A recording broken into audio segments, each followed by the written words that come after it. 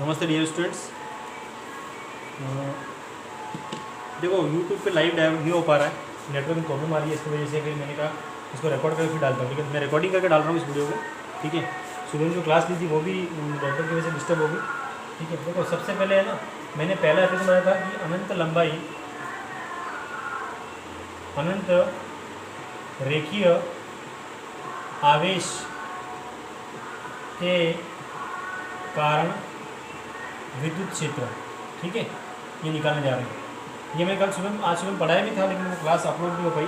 ठीक है, देखो इसमें क्या होता है कि जैसे मान लिया ये आवेश है plus plus plus plus plus. ठीक है, एक लंबाई का वायर है, उस पर आवेश है बहुत सारे। ठीक है, हमने मान लिया इसकी लंबाई कितनी मान ली अपन, एल मान ली।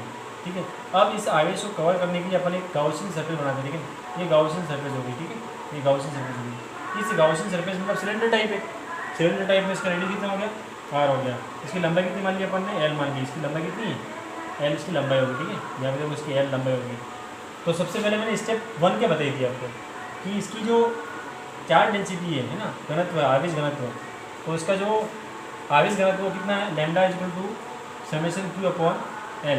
तो समेशन क्यू बराबर कितना हो गया, लैम्डा इंटू एल हो गया। ये अपनी पहली स्टेप थी कि अपन टोटल चार्ज का मान ज्ञात करेंगे। दूसरी स्टेप में क्या था, गाउस के नियम से। तो क्या हो गया, गाउस का नियम summation q upon epsilon not हो गया। समेशन क्यू का मान कितना है, लैम्डा एल अपॉन एप्सिलॉन हो गया। ठीक है, ये कहाँ से आया, तो इसको मैंने चेंज कर दिया। देखो ऊपर वाले में क्या है, समेशन क्यू लैम्डा एल है, यहाँ पे लैम्डा एल दिया। ये आपकी इक्वेशन नंबर 2 हो गई। तीसरा क्या है, तीसरे में फर्स्ट डेफिनेशन से phi equal to integration E dot D S. ठीक है, ये आपका तीसरा स्टेप है। तीसरी स्टेप बता था मैंने आपको, यहाँ पे 3 हिस्से हैं।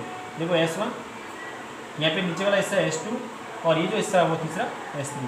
तो यहाँ पर इस छोटे से हिस्से को अपन लेते हैं और ये कितना हो गया, ये ds आ गया। मतलब छोटे हिस्से को लेते हैं कितना आता है, ds आता है। मतलब इस पूरे एरिया का छोटा सा हिस्सा ds कहलाता है। तो यहाँ पे जो इलेक्ट्रिक फील्ड है वो कितना होगा, इलेक्ट्रिक फील्ड हमेशा इधर ही रहेगा। इलेक्ट्रिक फील्ड हमेशा इस तरफ इस दिशा में रहता है, ये गलत है इस चीज़ को। ठीक है, ये इलेक्ट्रिक फील्ड इधर ही रहता है। ठीक है, इलेक्ट्रिक फील्ड इधर रहेगा, इलेक्ट्रिक फील्ड हो गया। अब यहाँ पर जो एरिया वेक्टर होता है वो एरिया के परपेंडिकुलर होता है हमेशा इस तरफ से। ठीक है, तो यहाँ पर देखो इलेक्ट्रिक फील्ड और इसके बीच कितना डिग्री है, 90 डिग्री। यहाँ पर भी देखेंगे कितना डिग्री है, 90 डिग्री। लेकिन यहाँ पे क्या है, दोनों एक दिशा में, ds वेक्टर जो है ये ds3 और यहाँ पे इलेक्ट्रिक फील्ड ये दोनों एक ही दिशा में। तो यहाँ पे एंगल कितना होगा, 0 डिग्री होगा। ठीक है, तो इसको मैंने 3 हिस्से कर दिए। सबसे पहले S1 E ds1। ठीक है, दूसरा क्या हो गया, S2 E ds2, ये हो गया दूसरा हिस्सा। और तीसरा हिस्सा कितना आ गया, E ds3 हो गया। ये आपका तीसरा हिस्सा हो गया। ठीक है, थर्ड हिस्सा हो गया। 3 हिस्से ले लिया अपन। अब यहाँ पर ये जो 3 हिस्से हैं 1, 2 और 3, इन तीनों हिस्सों को अपन क्या करते हैं, सॉल्व करते हैं। देखो यहाँ पहले हिस्से को देखा अपन ने ds1, ये S1 है, कितनी डिग्री है पे, 90 डिग्री है। इलेक्ट्रिक फील्ड ds1 के बीच में 90 डिग्री एंगल है, यहाँ पे एंगल दिया 90 डिग्री दिया। दूसरा हिस्सा E ds2 और यहाँ पे कितना दिया मैंने, cos 0 डिग्री। और तीसरा हिस्सा अगर देखें अपन कितना आ गया, E ds3 cos 0 डिग्री आएगा। ठीक है, देखो ये cos 90 होगा। ठीक है, दूसरा हिस्सा देखो cos 90 पता है 0, cos 90 फिर हो गया कितना हो गया, 0 आ गया। और यहाँ पे cos 0 कितना आ गया, 1 आ गया।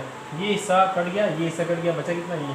तो इसको मैं लिख सकता हूँ यहाँ पे क्या, इसको मैं लिखूँगा तो फाई बराबर इंटीग्रेशन में देखो ई जो होता है कॉन्स्टेंट था, बाहर आ जाएगा, ये बाहर ले लिया अपन ने। यहाँ पे ds रह जाएगा, ds3 रह जाएगा। और cos 0 का मान कितना आ गया, ये 1 आ जाएगा। यहाँ पे मैंने 1 लिख दिया। ठीक है, अब इसको जब सॉल्व करेंगे तो कितना आएगा पे, ds3 का एरिया। तो ये जो ds3 एरिया है ना, ये वाला, ये क्या चीज़ है, सिलेंडर का कवर सरफेस एरिया है। और सिलेंडर का क्षेत्रीय जो क्षेत्रफल होता है कितना होता है, कवर सरफेस एरिया, वो 2πr होता है। कितना होता है यहाँ पे, 2πr। यहाँ पे r रेडियस है, l क्या होगी, लंबाई होगी। फाई इतना आ गया। अब है ना इक्वेशन नंबर ये कितनी आ गई अपनी, तो ये अपनी तीसरी इक्वेशन आ गई। इक्वेशन नंबर 2 और इक्वेशन नंबर 3 के अगर देखें फाई बराबर कितना है, तो फाई बराबर लैम्डा एल है। तो यहाँ पे लिखूँ मैं 2 व 3 से, यहाँ पे E 2πrl, यहाँ पे कितना आ गया, lambda L upon epsilon not. ठीक है, यहाँ पे एल से कट गया। तो यहाँ पर मेरे पास में इलेक्ट्रिक फील्ड में कितना आ गया, 1/2πrl। और यहाँ पर लैम्डा अपन कितना आ गया, एप्सिलॉन नॉट। यहाँ पर एप्सिलॉन नॉट को अपन शामिल कर लेते हैं। यहाँ पे मेरे पास में कुल मिला के ये रिजल्ट लास्ट में निकल के आता है इलेक्ट्रिक फील्ड का मान, ठीक है। स्टेप नंबर फर्स्ट में क्या किया अपन ने, समेशन क्यू को निकाला, लैम्डा हो गया। यहाँ पर गाउस के नियम से ये निकल के आ गया, गाउस के नियम में फिर समेशन क्यू लिख दिया अपन ने। फिर यहाँ पे क्या किया अपन ने, स्टेप नंबर 3 में फ्लक्स की डेफिनेशन से, फ्लक्स की परिभाषा से, ठीक है, ये वैल्यू पुट कर दिया अपन ने। इसके 3 हिस्से हो गए, 3 हिस्से क्यों हुए, 3 एरिया हैं, एक ढक्कन ये हो गया, एक ये हो गया और एक तीसरा हिस्सा ये हो गया। इसको वैल्यू पुट कर दिया। जहाँ पर ये cos 90 क्यों आया, क्योंकि इसके बीच में इलेक्ट्रिक फील्ड ऐसे होता है, एरिया वेक्टर इधर होता है, यहाँ पर 90 डिग्री है, यहाँ पे इलेक्ट्रिक फील्ड जा रहा है, एरिया वेक्टर नीचे तरफ कितना होगा, 90 डिग्री हो गया, लेकिन यहाँ पे कितना है, 0 डिग्री हो गया, ये 0 डिग्री पुट कर दिया। अब ये वाला हिस्सा 0 हो जाता है, ये हिस्सा बचता है, इस हिस्से को अपन सॉल्व करते हैं। यहाँ पे कितना आ गया, कवर्ड सरफेस एरिया मतलब इंटीग्रेशन ds3 का मान कितना होता है, 2πrl होता है, ठीक है। इस 2πrl को अपन क्या करेंगे, सॉल्व करेंगे, तो सॉल्व करने में कितना आंसर आ जाएगा, यहाँ पे इसका वैल्यू जो आएगा वो कितना आ जाएगा, पे इसको अपन सॉल्व किया पे। अब है ना इक्वेशन नंबर 3 और इक्वेशन नंबर 2 को अपन ने बराबर रख दिया, एल सेल कट गया, कितना गया, लैम्डा अपॉन 2πε0 आ गया, ये आपके निकल के आ गया, ठीक है। तो ये आपका तीसरा हो गया, क्लियर है। चलिए ये आपका नहीं होगा, ठीक है। चलिए अब आगे तक देखते हैं अपन, आगे वाला टॉपिक क्या है। नेक्स्ट टॉपिक जो है वो है पट्टी का।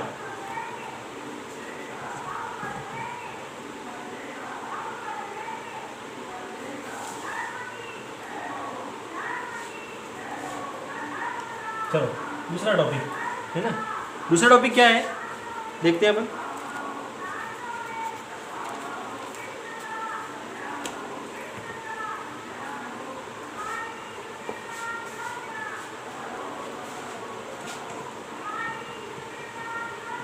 अपरिमित समरूप आवेशित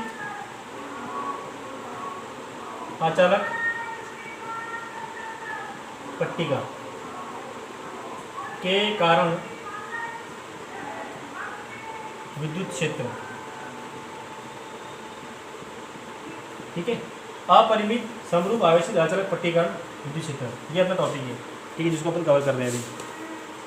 देखो अचालक पट्टी का मतलब क्या होता है, जिसके अंदर आवेश जो है वो एक जगह पे रुके हुए रहेंगे इस तरह से, ठीक है। यहाँ पे आवेश क्या होंगे, एक जगह पे रुके हुए रहेंगे, ठीक है, क्लियर है। यहाँ पे देखो ये आवेश रुके हुए हैं। अब देखो मैंने क्या किया, ये अचालक पट्टी का मतलब क्या है, अपरिमित है। कैसी है, अपरिमित है।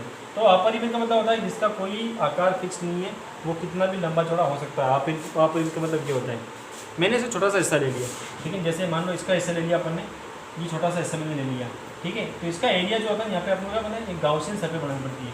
उसी प्रकार से इसका पीछे का एरिया देखें अपन, तो यहाँ पर भी गाउसियन पृष्ठ बनानी पड़ती है, ठीक है। अब देखो यहाँ पे क्या हो गया, तो यहाँ पर ये S1 हो गया मान लिया अपन ने, ठीक है, ये सपोज S1 है, ये अपने S2 मान लिया अपन ने, और तीसरा जो हिस्सा है ना सिलेंडर का, ये ऊपर वाला पार्ट, उसको अपन ने बोल दिया S3, ठीक है। 3 हिस्से ले लिए मैंने, S1 ये हो गया, S2 हो गया और यहाँ पे S3 हो गया, 3 हिस्से ले लिए अपन ने, ठीक है। अब यहाँ पर भी अपन ने फार्मूला लगाएंगे और सॉल्व करेंगे, ठीक है। मैंने आपको स्टेप बताइए, मैं स्टेप बाय स्टेप चलूँगा, ठीक है।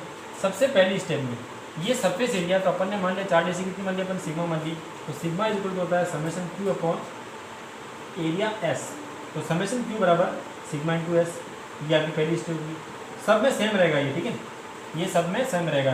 तो सिग्मा क्या है, यहाँ पे घनत्व है, इसका आवेश घनत्व है, ठीक है, पृष्ठीय आवेश घनत्व है, यहाँ से अपन ये निकाल दिया। दूसरी स्टेप क्या होती है, गाउस के नियम से।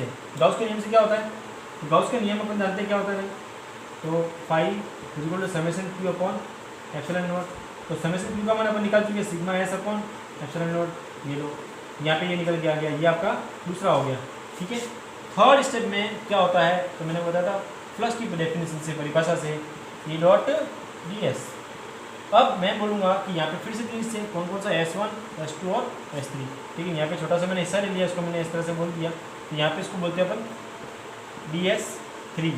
इलेक्ट्रिक फील्ड जो होगा हमेशा किधर होगा, इस तरफ होगा, इलेक्ट्रिक फील्ड किधर होगा, हमेशा इधर होगा, ठीक है। और DS3 किधर होगा, इधर होगा, क्लियर है। चलो ये बोल दिया, यहाँ पर ये इधर आ गया, ये इधर आ गया, ठीक है। इसके बीच में कितना डिग्री होगा, यहाँ पे 90 डिग्री हो जाएगा, यहाँ पे 0 डिग्री होगा, और इधर भी इलेक्ट्रिक फील्ड क्या होगा, इस तरफ होगा, इलेक्ट्रिक फील्ड को होगा इस तरफ होगा, यहाँ पे इससे होगा, तो यहाँ पे कितना आ गया, 0 डिग्री आ गया, क्लियर है। चलो नेक्स्ट चलते हैं अपन। यहाँ पे मैंने 3 ऐसे तोड़ दिए इसको। सबसे पहले इंटीग्रेशन S1 DS1, ठीक है। दूसरा S2 E DS2, ठीक है। यहाँ पे कितना हो गया, DS3 हो गया, ठीक है। इस तरह से यहाँ पे मैंने 3 हिस्से बना दिए इसके, अब देखो तीनों इसको सॉल्व करूँगा मैं, ठीक है। सॉल्व करूँगा, कैसे सॉल्व करूँगा देखता हूँ, बताता हूँ कैसे सॉल्व होगा। तो यहाँ पर सबसे पहले DS1 की बात करें, कितना एंगल आएगा यहाँ पे, ठीक है। तो DS1 ये होगा, कितना डिग्री आएगा, 0 डिग्री आएगा, कितना डिग्री आएगा यहाँ पे, 0 डिग्री। दूसरा हिस्सा DS2 कितना आएगा, फिर से ये क्या आ गया, यहाँ पर भी क्या आ गया, इलेक्ट्रिक फील्ड भी इधर है और एरिया वेक्टर भी इधर ही होगा, तो यहाँ पर भी जो एंगल होगा कितना होगा, 0 डिग्री आएगा, 0 डिग्री होगा। और तीसरा हिस्सा कितना हो गया, DS3, जहाँ पे कॉस कितना आएगा, 90 आएगा। कैसे, देखो ये DS3 ऊपर की तरफ है, ये किधर है, ऊपर की तरफ है, और ये इलेक्ट्रिक फील्ड यहाँ पे कितना डिग्री है, ये 90 डिग्री आ रहा है, ठीक है, ये 90 डिग्री आ गया। क्लियर है, चलो यहाँ पे कितना हो गया, cos 0 1, DS1 इलेक्ट्रिक फील्ड बाहर आ गया। यहाँ पे कितना हो गया, इलेक्ट्रिक फील्ड फिर से बाहर आ गया, यहाँ पे DS2 हो गया। cos 0 का मान 1, cos 0 का मान 1, देखो ये कितना हो गया, यहाँ पे ये 0 हो गया, ठीक है। अब यहाँ पे देखो, अगर मैं इसको सॉल्व करता हूँ तो यहाँ का एरिया क्या मान दिया अपन ने, S माना, क्या माना है, यहाँ पर S आ गया। फिर यहाँ पर भी क्या हो गया, ये भी कितना हो गया, यहाँ पर भी S हो गया, तो कितना आ गया यहाँ पे 2ES आ गया। ये आपकी इक्वेशन नंबर 3 बन गई, ठीक है। ये 3 हो गया, ये 1 हो गया, यहाँ पे ये 2 हो गया। क्लियर है, चलो अब देखो क्या करना है अपन को। तो इक्वेशन नंबर 2 और 3 से जो रिजल्ट निकल गया है उसको आप बराबर में लेते हैं। इक्वेशन नंबर 2 का मान कितना है, 5 बराबर ये निकल गया आगे, और यहाँ पर क्या निकल गया है, 5 बराबर 2ES आ गया, ठीक है। तो कितना आ गया भाई, ये 5 बराबर 2ES आ गया, ये अपन बराबर रख दिए। S से S कट गया तो E बराबर कितना आ गया, तो 1/2 ये सिग्मा ऊपर रहेगा, एप्सिलॉन नॉट, ये रिजल्ट निकल के आ गया, और यहाँ पर आपकी डेरिवेशन समाप्त होगी, ठीक है। क्लियर है। पहली स्टेप में क्या निकालते हैं अपन, गणितों की सहायता से कुल आवेश निकालते हैं। दूसरी स्टेप में क्या करते हैं अपन, गाउस के नियम का लगाते हैं, और तीसरी में फ्लक्स की परिभाषा, और फोर्थ स्टेप में दोनों को बराबर करके सॉल्व कर देते हैं। हमें यहाँ पे विद्युत क्षेत्र का मान मिलता है, E = σ/2 एप्सिलॉन नॉट, ठीक है। ये आपको ध्यान रखना है, इसको हमेशा आपके दिमाग में रखना है, ठीक है। इसकी स्टेप्स होगी, आज का ये हो गया, दोनों टॉपिक आपको कवर कर लेने हैं। इसके नोट्स मैंने एडवांस में भेज दिए आपको, उसको उतार लेना, ठीक है। चलो ओके, बाय बाय।